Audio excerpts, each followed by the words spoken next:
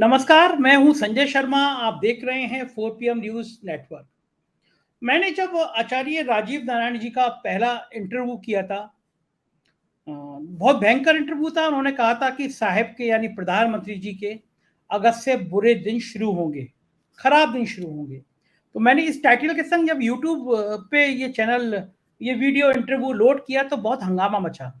मेरे कुछ साथी हैं जो बहुत अच्छे यूट्यूबर्स हैं, नाम लेना ठीक नहीं है। उन्होंने मुझे फ़ोन किया कि संजय ये देखो ये ठीक नहीं है, हम तुम्हें पूरा देश पूरी दुनिया सुनती है, इस तरह का तुम ज्योतिष का प्रचार प्रसार करते हो। तो मैंने उनसे कहा कि देखिए मैं हमेशा वीडियो उनका कोई इंटरव्यू करता हूँ तो पहले मैं बता देता हूँ कि आप मेरा कोई मकसद नहीं है अंधविश्वास फैलाने का। आपका मन हो तो आप ज्योतिष शास्त्र को मानिए, आपका मन ना हो तो मत मानिए।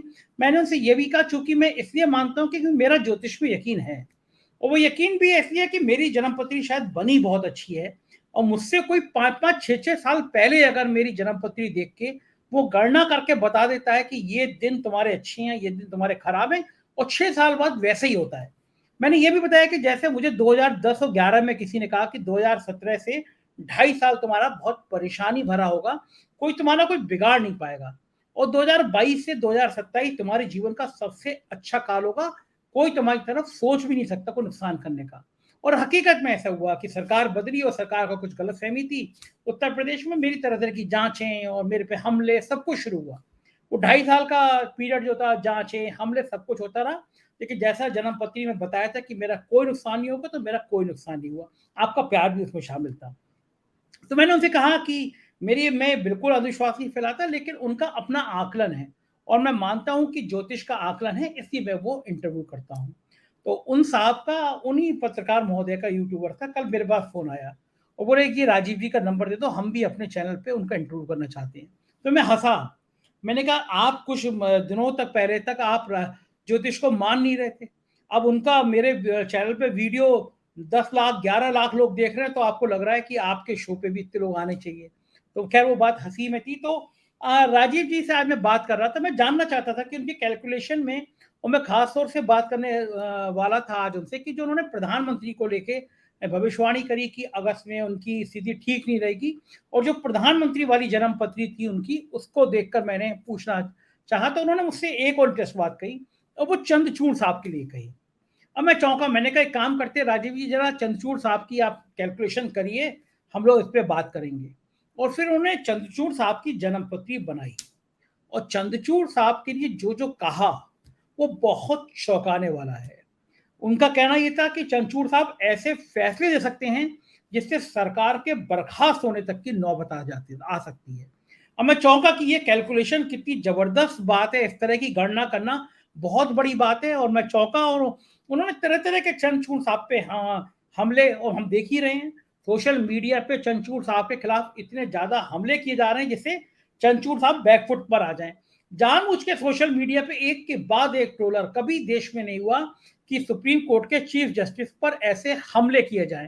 तो जानबूझ के हमले किए जा रहे हैं जिससे चंद्रचूड़ साहब बैकफुट पे आ जाएं और सरकार के इतने बड़े बड़े फैसले इस समय सुप्रीम कोर्ट में फंसे हुए हैं, क्योंकि कोई अगर जज ऐसा आ गया तो ईमानदार है, जो सरकार से डरा नहीं, तो सरकार की वाकई में स्थिति खराब होगी। तो मैं सीधे ले चलता हूँ आपको राजीव जी के पास।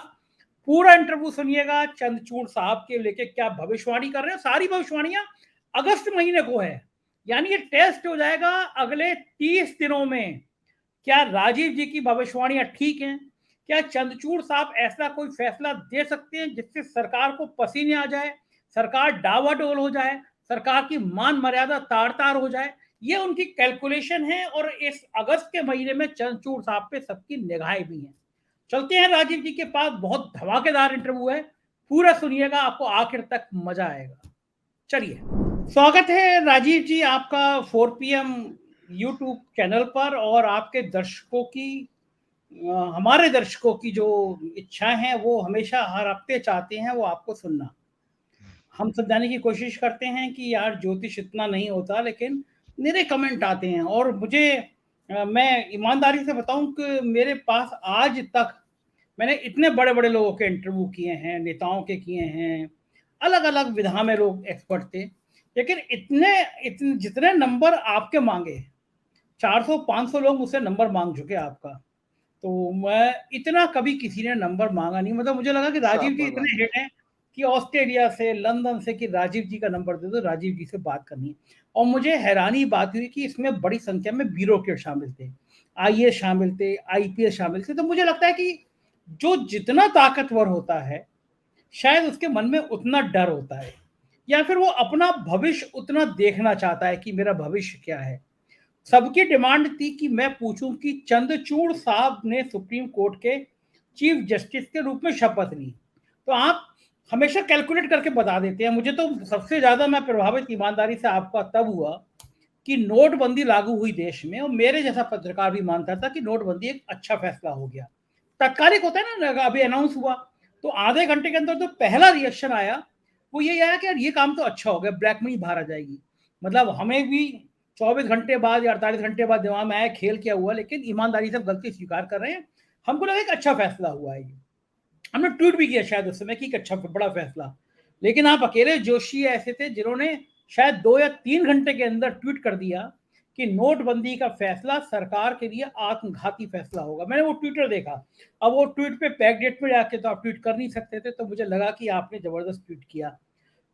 उसके बाद जो घटनाएं आपने भविष्यवाणी करी, प्रधानमंत्री जब अमेरिका गए, आपकी हमारी बातचीत शुरू हुई, आपने कहा कि अमेरिका में जाते ही प्रधानमंत्री के साथ कुछ ऐसा होगा जो विवाद में आ जाएगा, बदनामी होगी। वाकई में वहाँ के बहुत बड़ी संख्या में वहाँ के सांसदों ने डेमोक्रेसी पे खत लिखा, और उसके बाद एक पत्रकार ने सवाल भी किया। तो मुझसे तमाम दर्शकों ने पूछा कि ये मैं पूछूं आपसे, थोड़ा टिपिकल है मामला, कि चंद्रचूड़ साहब के प्रति लोगों के मन में बड़ी आस्था जगी है। कुछ फैसले ऐसे हुए हैं क्योंकि लोगों ने देखा पहले कि एक सुप्रीम कोर्ट का चीफ जस्टिस था, एक महिला पर आरोप लगाए गए, महिला ने उस पर आरोप लगाए, और वो डर के मारे बैकफुट पे हो गया। फैसले कई ऐसे दिए, विवादास्पद दिए, जिसपे सवाल खड़े हुए, और बाद में वो चीफ जस्टिस को इनाम दिया, राज्यसभा भेज दिया गया। तो लोगों की निष्ठाएं थोड़ी गड़बड़ाई। लेकिन इस बीच में चंद्रचूड़ साहब आ गए, कुछ फैसले दिए, लोगों का भरोसा फिर कायम हुआ। तो मुझसे लोगों ने कहा मैं आपसे पूछूं कि सुप्रीम कोर्ट की और चंद्रचूड़ साहब की जन्मपत्री क्या कहती है, क्योंकि लगातार चंद्रचूड़ साहब इस समय देश में सबसे सुर्खियों में कोई व्यक्ति है तो चंद्रचूड़ साहब हैं। क्या आपने सुप्रीम कोर्ट का और चंद्रचूड़ साहब का कुछ अध्ययन किया है? जी, बिल्कुल। देखिए, पहले तो आपके दर्शकों को ये जानकारी होनी चाहिए कि डेमोक्रेसी के 4 पिलर कहे गए हैं। वो उसमें आपका एग्जीक्यूटिव है, जो सरकार होती है, एमएलएज, एमपी जिनसे चुनते हैं। दूसरा जुडिशरी है, तीसरा आपके मीडिया है, और चौथा आपका जर्नलिस्ट है, पत्रकारिता है। तो इसमें यह है सबका अपना अलग अलग रोल है। Ultimately for the people by the people, people ही इसमें, जनता ही इसमें राजा होती है। जैसे मैंने पिछले प्रोग्राम में भी कहा था, chief justice, president, prime minister, bureaucrats, सभी की तनख्वाहें हमारे आपके टैक्स के पैसे से जाती हैं। तो हम अपनी कंफर्ट के लिए, अपने बेटर लाइफ के लिए एक 5 साल के लिए राजा चुनते हैं। अब सवाल ये आता है कि देश क्या है। देश, देखिए, देश में एक संपूर्ण मानवता, आपको जानकारी होनी चाहिए, एक संविधान, एक नेचर के लॉ से बंधी हुई है। उसके बाद अलग अलग कंट्रीज हैं, अलग अलग कंट्रीज की अलग अलग कॉन्स्टिट्यूशंस हैं। और कॉन्स्टिट्यूशन क्या है? बेसिकली वो नीति, नियम, कायदे, कानून है जिनके जरिए एक पूरा देश कंबाइंड रह पाता है। अगर वो ना हो तो सोचिए हेराकेरी हो जाएगी, और आप समझ सकते हैं कितना लाइफ मतलब मुश्किल हो सकती है लोगों के लिए। तो जुडिशरी को जब हम भारतीय वैदिक ज्योतिष के अनुसार, जुडिशरी जो है 9वें घर से देखी जाती है। कुंडली के 12 घर होते हैं। 9वां घर जो 9th हाउस जो है वो सर्वोत्तम भाग्य हाउस माना गया है, सबसे उच्च और पायस हाउस है। उससे कई सारे सिग्निफिकेंस आते हैं। जुडिशरी है, कॉन्स्टिट्यूशन है, कॉन्स्टिट्यूशनल इंस्टीट्यूशंस हैं, मंदिर है, गुरु है, आपके क्या नाम है, धर्म, नीति, न्याय, जितने भी सिग्निफिकेंस हैं वो आपको उससे देखे जाते हैं। दर्शकों को ये आश्चर्य होगा, दर्शक ये सोचते हैं कि मैं अपने मनगढ़ंत बातें कह रहा हूं। मैं एक ज्योतिष की किताब दिखाना चाहता हूं। ये उत्तर काला मित्र है। इसमें उत्तर काला मित्र में एक एक राशि के 100 सिग्निफिकेंस लिखे हैं। और कुंडली के कालिदास ने लिखी थी किताब। हाँ, हाँ, और एक एक एक जो है ग्रह के 100 सिग्निफिकेंस हैं। तो जितने भी मैं सिग्निफिकेंस 9th हाउस के आपको बता रहा हूँ, जुडिशरी से लेके, वो इसी से बता रहा हूँ।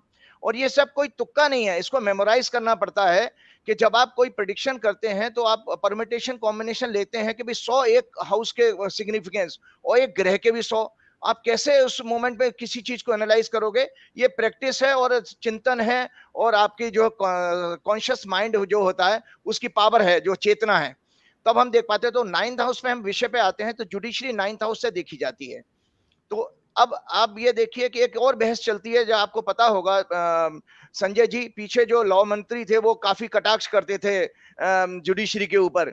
जुडिशरी के जजों को कह देते थे कि भाई ये कोई चुनाव जीत के नहीं आते हैं, इनको क्या पता, और हम सुप्रीम है। ये एक लड़ाई चली है पीछे साल भर से कि जुडिशरी सुप्रीम है कि एग्जीक्यूटिव सुप्रीम है, हम लॉ बनाते हैं, हमारी संसद महान है, फलाना दिखाना। देखिए, आपको मैं बताता हूं, अगर परमात्मा की निगाह से देखा जाए, धर्मशास्त्र की और आध्यात्म की दृष्टि से देखा जाए, किसी भी देश का, हमारे देश का नहीं, किसी भी देश का संविधान और जुडिशरी सर्वोपरि है डेमोक्रेसी में।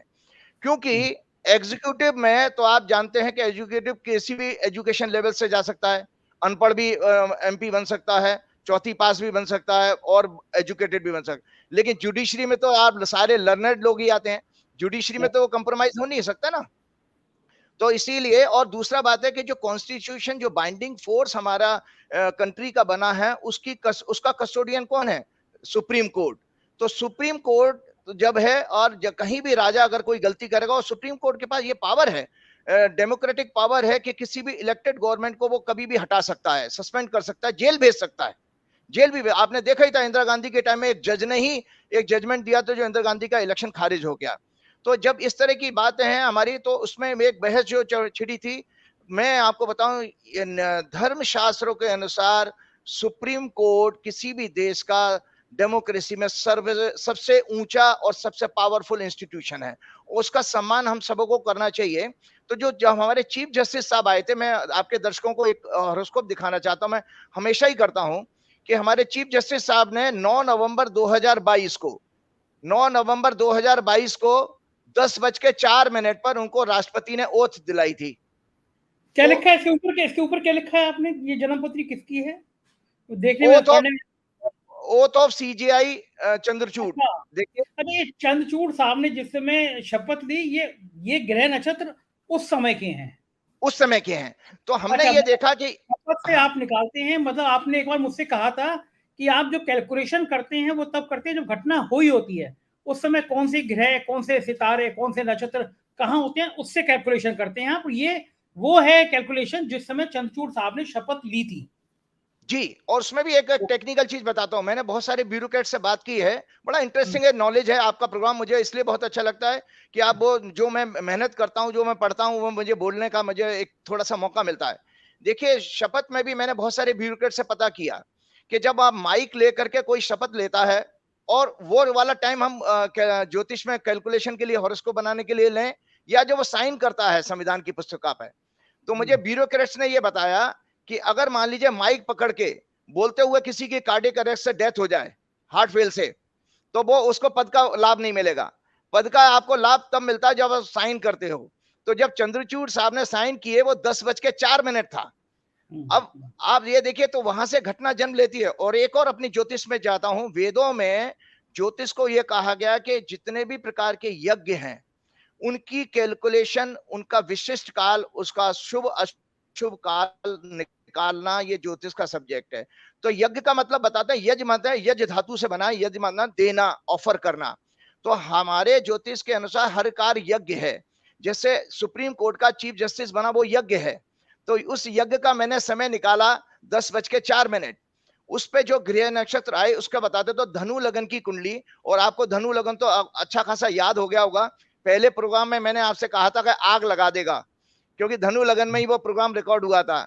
तो इसी तरह से एक अगेन मैं अरे दोबारा बात कहता हूं कि चंद्रचूड़, आचार्य जी, मैं आपको बताऊं कि जब मैंने आपका प्रोग्राम किया तो यूट्यूबर्स तो हम लोग हैं, और हमारी जो बिरादरी है, एक सीनियर आदमी का नाम नहीं लूंगा, उन्होंने मुझे फ़ोन किया कि यार संजय, तुम्हें अपने प्लेटफॉर्म पे किसी जोशी को नहीं बुलाना चाहिए था, छवि खराब होती है, और देखना ये प्रोग्राम तुम्हारा चलेगा नहीं। आचार्य जी, आपके प्रोग्राम को 10, 11, 12 लाख लोग देख चुके हैं। तो अब उनका फ़ोन जी आया और वो मुझसे कल ही आपका नंबर माँग रहे थे कि हम भी अपने यूट्यूब पे शो करने जा रहे हैं। तो मुझे हँसी इसलिए आ रही है कि एक-एक प्रोग्राम आपका 12-12, 11-12 लाख लोग देख रहे हैं और बाकी यूट्यूबर्स भी जो क्रिटिसाइज़ कर रहे थे, अब वो आपका प्रोग्राम करना चाह रहे हैं। तो नेचुरली कोई एक विधा तो है ही जिसके लोग सब अध्ययन कर रहे हैं। जी, जी, प्लीज़ बिल्कुल। कंटिन्यू। देखिए, ऐसा था कि मैंने तो कहा कि मुझे ये सब हनुमान जी का चमत्कार है। हनुमान जी मेरे से जो बात कहलवाना चाहते हैं, वो मैं कहता रहता हूँ। तो मैं इस बात पे आता हूँ कि धनु लगन बेसिकली एक निष्पक्ष और धाकड़ लगन कहा गया है, बृहस्पति का एक राशि है। उसका स्वामी चौथे घर में बैठा हुआ है। उस जो मैंने कुंडली आपकी चंचू साहब की बताई, तो चौथा घर जो है बेसिकली हमारा मेंटल पीस का है और आंतरिक सुख का है।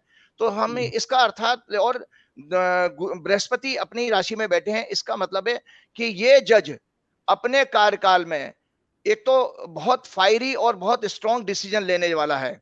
दूसरा बात है, वो डिसीजन सारे के सारे संविधान के अनुसार होंगे, निष्पक्ष होंगे।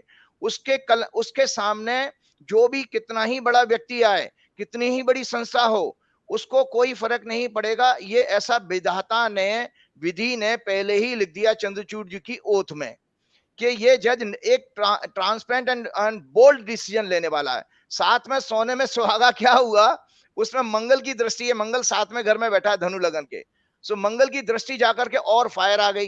तो अब आप पिछले 9 नवंबर से लेके अभी तक नए-नए निकाले हैं देश के, जो उन्होंने डिसीजन लिए हैं, चाहे वो महाराष्ट्र की गवर्नमेंट का हो, चाहे वो जो है आपके जो है अभी ईडी के ऊपर जो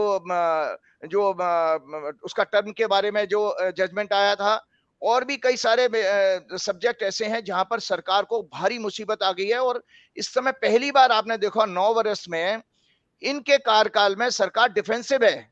अदरवाइज हुँ, सरकार अटैकिंग थी। आपने देखा कि पिछले चीफ जस्टिस जो भी आए थे, चाहे वो दीपक मिश्रा जी थे, चाहे वो रंजन गोगोई थे, और थोड़ा रमन्ना साहब ने भी अच्छा किया था। मैंने आपको दर्शकों को अपनी ट्वीट जरूर शेयर करना चाहता हूं, जो दोनों जजों के लिए मैंने दी थी। एक तो जस्टिस रमन्ना की भविष्यवाणी भी मैंने की थी, वो आप में दर्शकों को जरूर दिखाइएगा। और दूसरी जस्टिस चंद्रचूड़ की अभी की है। जस्टिस रमन्ना का कार्यकाल बहुत छोटा था, तो जस्टिस रमन्ना ने भी जाते जाते 2 बोल्ड डिसीजन दिए थे। आपको याद होगा सीबीआई के चीफ के सुनने में अस्थाना को उन्होंने उड़ा दिया था। अस्थाना को हमारे सरकार मोदी जी और गृह मंत्री हमारे चाहते थे कि अस्थाना वो फिट हो जाए सीबीआई चीफ में। तो वहां पर रमन्ना ने जो है उनको उनका टेन्योर को जो वहां डिक्लाइन कर दिया था। दूसरा बात है कि जो सेडिशन लॉ है, सेडिशन लॉ जिसकी वजह से हमारे सरकार के 2 हथियार रहे हैं, एक डिफेमेशन लॉ, वो क्या नाम है, और दूसरा सेडिशन लॉ। सो सेडिशन लॉ को जाते जाते जस्टिस रमन्ना पिछले साल जून जुलाई में उसके एक सेक्शन पर स्टे कर गए, जिसकी वजह से आपने देखा होगा पिछले साल भर से कोई सेडिशन किसी के लिए देशद्रोह कानून नहीं लगा है, क्योंकि उस हुँ, कानून को कहते हैं ना, हमारी देशी भाषा में कहते हैं मौथरा कर गए, उसको इफेक्टिव मैंने इनएक्टिव कर गए। तो ये हुँ, सारी चीजें हमने देखी। तो चंचूर साहब जो है बहुत बोल्ड डिसीजन लेने वाले हैं। और इतना बड़ा कार्यकाल किसी चीफ जस्टिस को, मैंने जहां तक अखबारों में पढ़ा है, पिछले 20 साल में या 20-25 साल में किसी को नहीं मिला, जो लगभग 2 साल उनको, क्योंकि अगले वर्ष वो सितंबर अक्टूबर में रिटायर होंगे।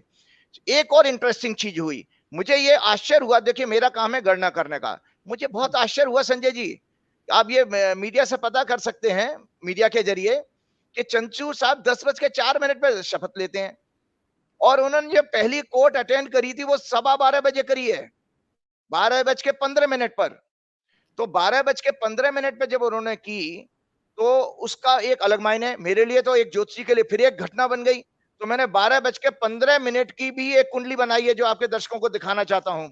12:15 पे जब चंचू साहब ने अपना कोर्ट अटेंड किया है, तो ये आप आराम से दिखाइएगा जूम करके। हुँ। हाँ, दिख रहा है वो कार्यकाल परिचय पत्री है ये। वो बारह शपथ बज व जैसे मैं पहला कोट किया ये उस समय का कार्यकाल है। हाँ, उस समय जैसे कोर्ट। तो हमने कहा कि एक व्यक्ति बन गया। देखिए, उस समय नेचर कुछ भी हो सकता है लाइफ में हमारे, लेकिन आपने आपने जब अपने पोजीशन का जो जब एक्शन शुरू किया, तो वो एक्शन कहां पे होता, वो मकर लगन बन गया। उस समय लगन बना है, मकर मतलब लगन बदल गया था। उस लगन, मकर लगन में चौथे और 10वें घर में राहु, जुपिटर, मार्स, सूर्य और केतु आ गए।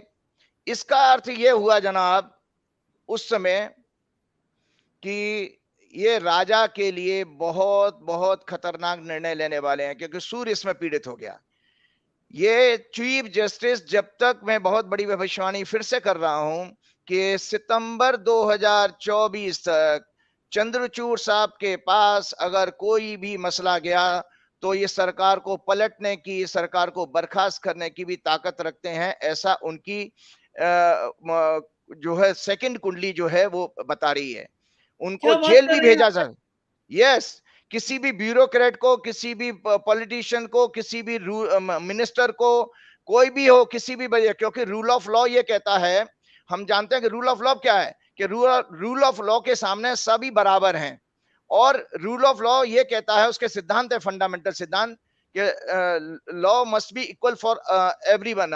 दूसरा सिद्धांत ये कहता है कि भाई जो है decision bold and judicious and transparent होने चाहिए।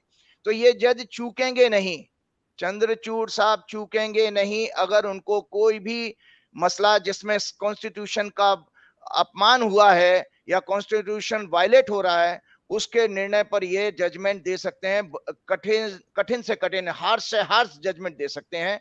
ये उनको परमात्मा ने वो शक्ति दी है। तो इसीलिए आप देखिए बहुत सारे मसले अभी सरकार के पास है। राफेल का मुद्दा भी जस्टिस बोबड़े जाते जाते अपील को एडमिट कर गए थे। तो वो राफेल का मुद्दा है, 370 का आपका चल ही रहा है, साथ में आपके धार्मिक स्थलों का भी मुद्दा है, प्लस जो ईडी का जो टेन्योर था, इलेक्शन कमीशन के ऊपर भी सुप्रीम कोर्ट ने बहुत बड़ी टिप्पणी की थी कि इलेक्शन कमीशन का जो सिलेक्शन है वो भी एज पर लॉ नहीं है, बहुत खराब है, क्योंकि ब्यूरोक्रेसी चुनती है, तो ब्यूरोक्रेसी की तो वो जो है उनका फेवर करेंगे ही करेंगे। तो ये इतने सारे मसले जो आ रहे हैं, तो ये ऐसा पीरियड बनता है कि जो इंडिपेंडेंट इंडिया में एक जज बड़े से बड़े निर्णय लेने जाने वाला है। और आपको बता देता हूं कि जो ब्रिटिश लॉ बने हुए हैं, डिफेमेशन लॉ, और ये जो आपका जो पार्टी बदल करके जो लोग दल बदलू जो बढ़ रहे हैं, किसी भी इलेक्टेड गवर्नमेंट को आप गिरा देते हो। तीसरा चीज है ये जो आपका फंड रेजिंग होती है, जिसमें इलेक्टोरल बॉन्ड जो लेकर के अपना खूब जो है ब्लैक मनी इसमें लाई जा रही है। इस तरह के जितने भी लॉ हैं जिनसे डेमोक्रेसी की इमेज खराब हो गई है, डेमोक्रेसी कमजोर हो रही है, ये जज चूकेगा नहीं इस निर्णय को लेने में, कतई चूकेगा नहीं। और ये नए नए लॉज को डिफाइन करके जाएंगे। और मजे की बात एक और चीज है, मैं एक और कुंडली दिखाना चाहता हूं आपके दर्शकों को, कि जो अभी कैंसर संक्रांति आई है, जब सूर्य जो है राशि बदले, मिथुन से मकर में आए, मिथुन से कर्क में आए, तो ये 17 जुलाई को 5:15 पर सुबह आए हैं। अच्छा, ठीक है। इसमें भी क्या है कि इसमें भी 9वें घर पर मंगल की दृष्टि आ रही है। 9वां घर फिर मैंने जैसे बताया दर्शकों को कि जुडिशरी का होता है, उसमें मार्स की एस्पेक्ट आना। मार्स का मतलब है execution, fire and boldness. Bold जो आदमी होगा तभी होगा जब मार्स वाला एनर्जी आएगी। तो मार्स के वजह से ये बताता है कि 17 अगस्त तक भी कोई महत्वपूर्ण निर्णय सुप्रीम कोर्ट देने वाला है, जो सरकार को परेशान करने वाले होंगे। 17 जुलाई से 17 अगस्त का पीरियड भी सरकार के लिए बड़ा कष्टकारी है। सरकार ह्यूमिलेट होगी। कल का जजमेंट भी जो आया था उसमें ह्यूमिलेशन था कि आपने ईडी के 45 दिन के कार्यकाल को माना, लेकिन सुप्रीम कोर्ट ने उसमें भी धो धो करके आपकी धुलाई करी कि भैया इसका मतलब है सारे ईडी इनकॉम्पिटेंट है, सारे अफसर, मतलब पूरी ब्यूरोक्रेसी निकम्मी है, पूरी ब्यूरोक्रेसी आपके पास, पूरे सिस्टम में आपको कोई अफसर नहीं मिला जो आप ईडी बना सको। इसके बाद आपको जो है राष्ट्र हित में, देश हित में उन्होंने 45 दिन का टाइम दिया है। राजीव जी, मुझे एक बात याद आ रही है, आपने मुझसे कहा था कि प्रधानमंत्री जी के अगस्त से काफी खराब समय शुरू होने वाला है। आपने प्रधानमंत्री जन्मपति देख के हमसे कहा था शुरुआती प्रोग्राम में कि प्रधानमंत्री जी का अगस्त से खराब समय शुरू हो रहा है, और आप कह रहे हैं 17 अगस्त तक चंद्रचूड़ साहब की कोई ऐसी जन्मपति है जो सरकार के खिलाफ फैसला दे सकती है। क्या दोनों घटनाओं को हम आपस में जोड़ सकते हैं? नहीं, देखो पहली बात तो मैं आपको करेक्ट करना चाहता हूं, वो मोदी जी की हॉरोस्कोप नहीं थी, क्योंकि मोदी जी का तो बर्थ टाइम में जब लोगों ने बताया कि वो गलत है तो मैं कभी उनकी कुंडली डिस्कस करता ही नहीं हूं। मुझे शंकर सिंह बघेला जो गुजरात के चीफ मिनिस्टर रहे, उन्होंने ही बताया था कि ये इसका समय ये ठीक नहीं है। तो मैंने फिर उस दिन से 2019 से बंद कर दिया था। हाँ, मैंने जो बात कही थी वो जो मोदी जी ने, जैसे आप चंद्रचूड़ साहब की ओथ की हम डिस्कशन कर रहे हैं, तो मोदी जी ने जो ओथ ली थी 30 मई 2019 को, उस कुंडली के आधार पे मैंने कहा था, जो कुंडली 5 साल के लिए बनी है, उसकी लाइफ जो है 5 साल है, क्योंकि उसके आधार 30 मई, हाँ 30 मई 2019 से 29 मई 2024 तक ये सरकार का कार्यकाल है, ठीक है। तो उस कार्यकाल की जो हॉरोस्कोप बनी, उसमें अभी ग्रह दशा 14 अगस्त से ऐसी खराब आ रही है कि जो सरकार के जो है बहुत जो है मतलब जिसको कहते हैं बहुत ही अशुभ और मृत्यु तुल्य कष्ट है, मृत्यु तुल्य कष्ट। इंडिविजुअल अगर हॉरोस्कोप होती तो वो बीमार पड़ सकता था, उसको अपने काम धंधे से उसकी नौकरी जा सकती थी, और सरकार के लिए कुछ भी मायने निकाले जा सकते हैं। ये 14 अगस्त से आ रहे हैं, 14 अगस्त से लेकर के उनके कार्यकाल के अंत तक। और आपने ये भी कहा था कि इस बीजेपी की जो जन्म पत्री है वो बताती है, वो इंगित करती है कि इस साल में जो चुनाव होंगे वो बीजेपी चुनाव जिन जिन राज्यों में कोई चुनाव नहीं जीत पाएगी, वो भी आपने बीजेपी की जन्म पत्री देख के कहा था। जी बिल्कुल, क्योंकि ऐसा है ना कि बीजेपी एक जो संस्था, जो पार्टी बनी, उसमें भी बड़ा इंटरेस्टिंग एक बात हुई कि उनकी जो पार्टी बनी है 6 अप्रैल 1980 को बनी है, और मुरली मनोहर जोशी, अटल बिहारी वाजपेयी और अडवाणी जी, जोशी जी को ज्योतिष का अच्छा ज्ञान था, तो वो हॉरोस्कोप उन्होंने बनाई, जो हॉरोस्कोप बनी उस पे, वो बनी मिथुन लगन की कुंडली। और उसके अनुसार जो वर्षफल हम जब देखते हैं, वर्षफल का मतलब एनुअल हॉरोस्कोप तब होती है कि सूर्य उसी डिग्री में वापस आ जाए जिस डिग्री में आपके जन्म के समय था, तो एनुअल हॉरोस्कोप बनती है। तो बीजेपी की जो हॉरोस्कोप बनी, वो इस साल उनका वर्षफल बहुत अच्छा नहीं है, जो कि 410 एक्सेस में मुंथा आने का मतलब है, मैंने कहा था कि ये सरकारें गवाएंगे ये जब भी। तो आप देखिए पहला इलेक्शन कब हुआ, 6 अप्रैल 2023 के बाद आपका कर्नाटक का। तो कर्नाटक में किस तरह से उनको ह्यूमिलेटिंग डिफीट मिली है, तो वो मेरी वर्षफल की घटना वहां से भविष्यवाणी पूरी हो रही है। लेकिन गुजरात में तो जीते हो। नहीं, गुजरात तो उससे पहले हुआ है ना। अच्छा, मैं गुजरात आप गुजरात तो पहले हुआ है। अच्छा, दूसरा बात नहीं और नहीं, बता देता हूं। हिमाचल, हिमाचल थोड़े दिन का अंतर था ना हिमाचल और गुजरात के बीच में। हाँ हाँ, नहीं लेकिन देखिए गुजरात में जीते थे, देखिए ऐसा मैंने ये कहा था राज गवाएंगे, लेकिन गुजरात तो उनके पास 30 साल पहले से ही है, तो वो तो राज्य गुजरात तो उनका, हाँ तो गुजरात भाई, कभी आप ये देखिए कि एडिशन हुआ है क्या, जो है आप लॉस कर्नाटक, किया है। कर्नाटक तो बिहार उसके बाद। आपने देखा बीजेपी ने कोई अभी गेन नहीं किया किसी राज्य में। जो नॉर्थ ईस्ट की भी जो आप सक्सेस बता रहे हैं, नॉर्थ ईस्ट में भानुमति का कुनबा है, कैसे कैसे वो सरकारें बनाई हैं, अच्छा और अच्छा, नॉर्थ ईस्ट। राजीव जी आज हम फिर मूल विषय पे लौटते हैं, हम लोग गलत ट्रैक में मैं ले गया था आपको। चंद्रचूड़ साहब पे हम लोग बात कर रहे थे। एक बात तो बताइए, चंद्रचूड़ साहब को सोशल मीडिया पे बहुत टारगेट किया जा रहा है। उन्होंने दो प्यारी बच्चियां गोदरी जो विकलांग हैं उनको लेकर ट्रोल किया गया। एक कानपुर के मानसिक बीमार आदमी है, मेरे ख्याल से 70-75 साल का होगा वो व्यक्ति, बड़ी खराब टिप्पणी करी। सोशल मीडिया पे ट्रोल किया जा रहा है जानबूझ के कि चंद्रचूड़ साहब डरे कि सोशल मीडिया पे मुझे इतना लोग ट्रोल कर रहे हैं तो फैसलों में उनके वो ना आ पाए, सरकार के खिलाफ ना जान पाए, जानबूझ के ट्रोल किया जा रहा है, पूरे देश से ट्रोल किया जा रहा है। तो क्या ये जन्म पत्री में कोई ऐसी चीज है कि क्रिटिसाइज किए जाएंगे वो, और क्रिटिसाइज किए जाएंगे तो क्या चंद्रचूड़ साहब के फैसलों पे भी क्रिटिसिज्म का कोई असर पड़ेगा?